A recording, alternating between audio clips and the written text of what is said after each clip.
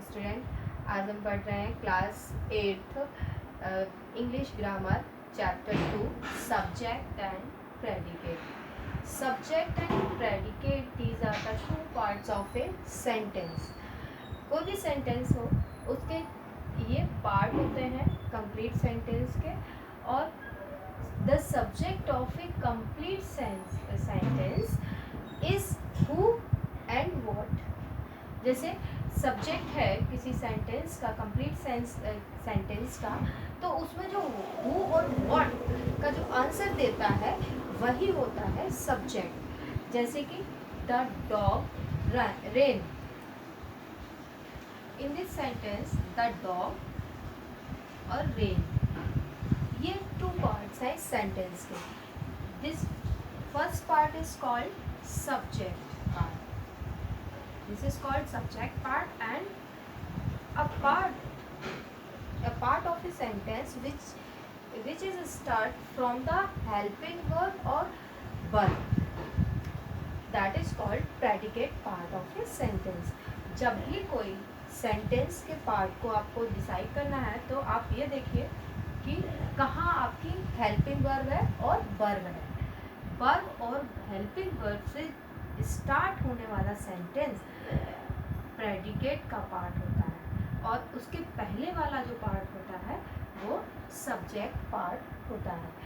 और ये हो गया आपका प्रेडिकेट, क्योंकि ये वर्ब है, वर्ब सेकंड फॉर्म है, ये पास्ट इंडेफिनिट का सेंटेंस है तो ये वर्ब की सेकंड फॉर्म है, तो यहाँ पे ये हुआ प्रेडिकेट का पार्ट।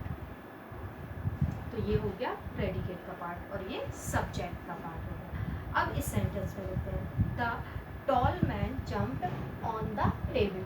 अब जब द टॉल मैन, यहाँ पे तो एक है नहीं, अब हमने बोला था व्हाट और हु का सेंस दे, तो हु रेन, हु रेन,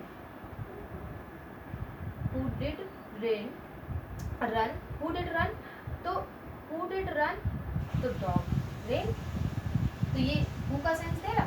ऐसे ही यहाँ पे द टॉल मैन जंप्ड, कौन किसने जंप लगाया टेबल पर, टॉल मैन ने, तो हु का सेंस दिया है यहाँ पे। इसीलिए यहाँ पे जो हु का सेंस देता है वो सब्जेक्ट का पार्ट होता है। अब यहाँ पे एक वर्ड नहीं है सब्जेक्ट, यहाँ पे कई पार्ट हो गए सब्जेक्ट के।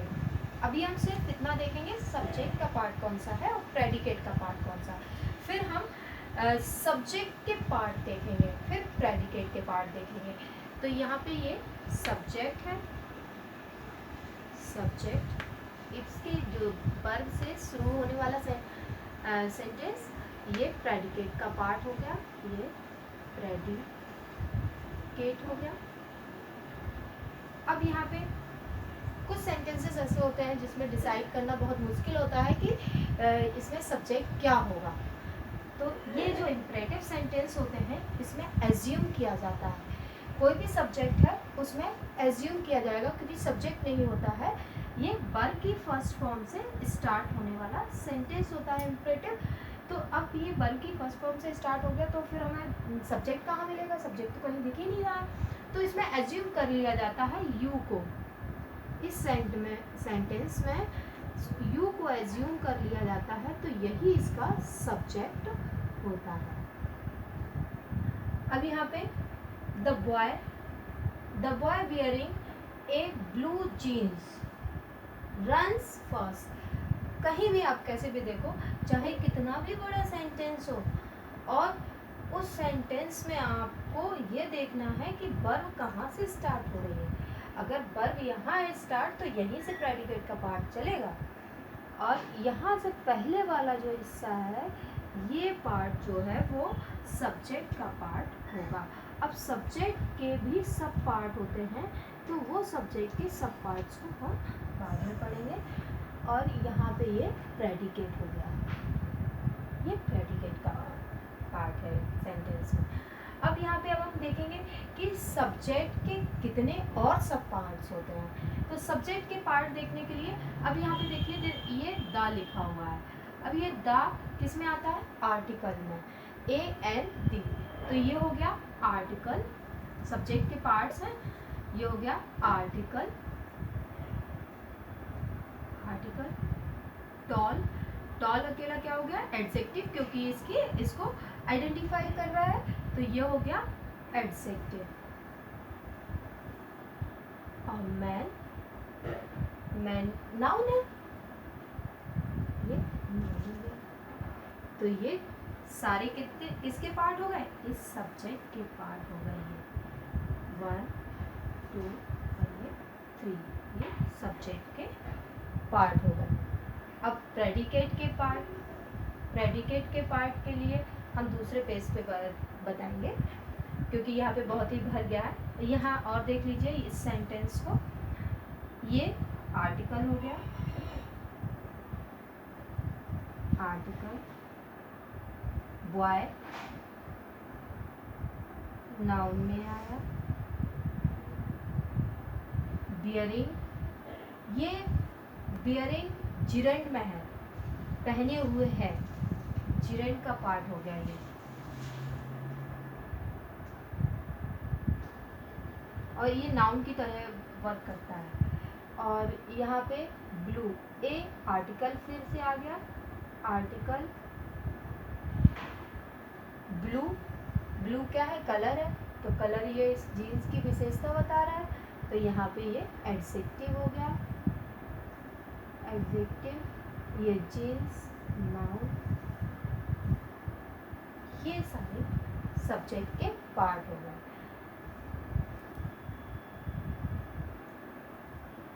इस सब्जेक्ट में कंप्राइजेज ऑफ, सब्जेक्ट में क्या क्या चीज़ें होती है, ए डिटरमाइनर, डिटरमाइनर्स होते हैं, एडजेक्टिव, नाउन, एडजेक्टिव फ्रेज और क्वांटिफायर। तो जो डिटरमाइनर्स होते हैं, डिटरमाइनर्स कौन कौन से डिटरमाइनर हैं, a and the, this that these those, your my his her their its etcetera. Adjective, adjective white black good honest etcetera. Noun a person place thing animal और quality.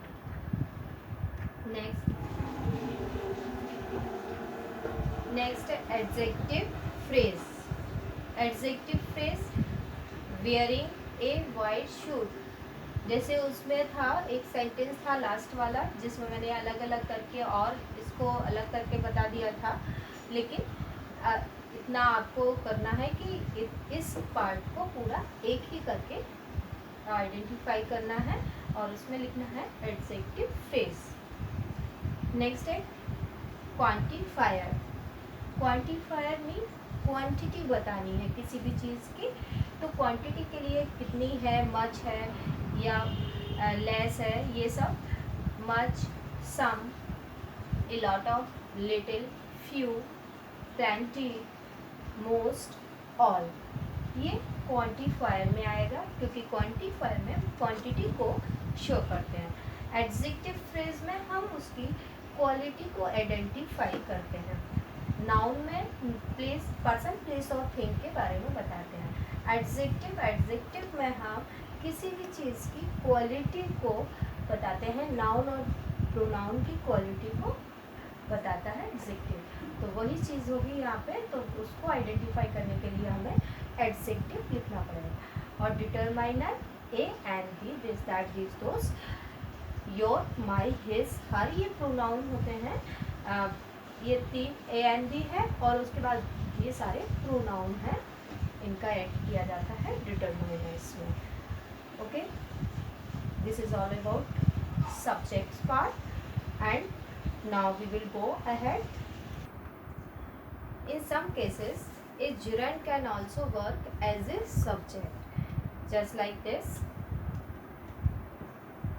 Running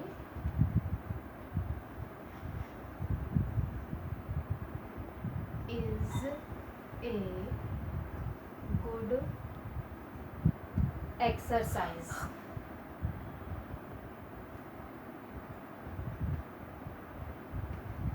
Running is a good exercise.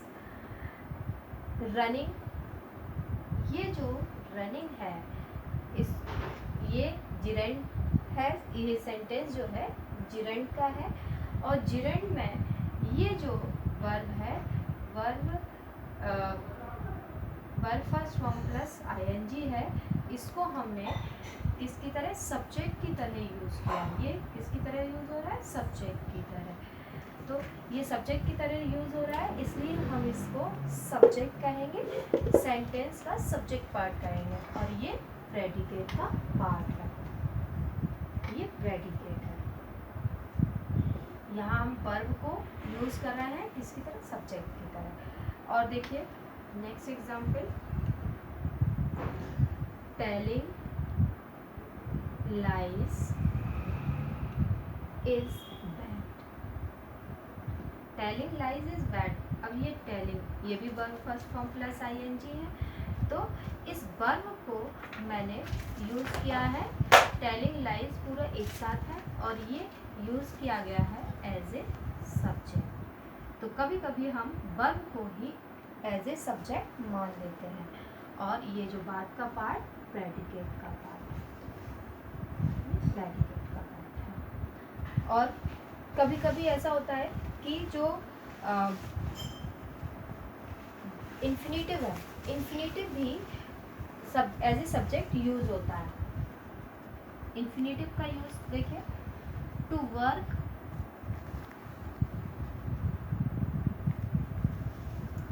To work is to work से worship, worship,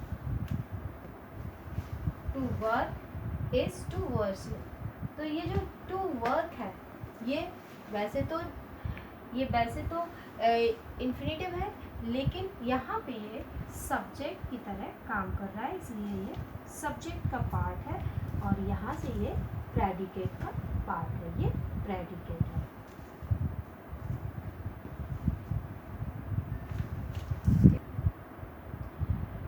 first example, running is a good exercise. ये हम आपको predicate के part बता रहे हैं, इसी में हमने सब्जेक्ट के पार्ट बताए थे, अब हम प्रेडिकेट के पार्ट बता रहे हैं। तो प्रेडिकेट के पार्ट में यहाँ पे ये हेल्पिंग वर्ब है, ये आर्टिकल है,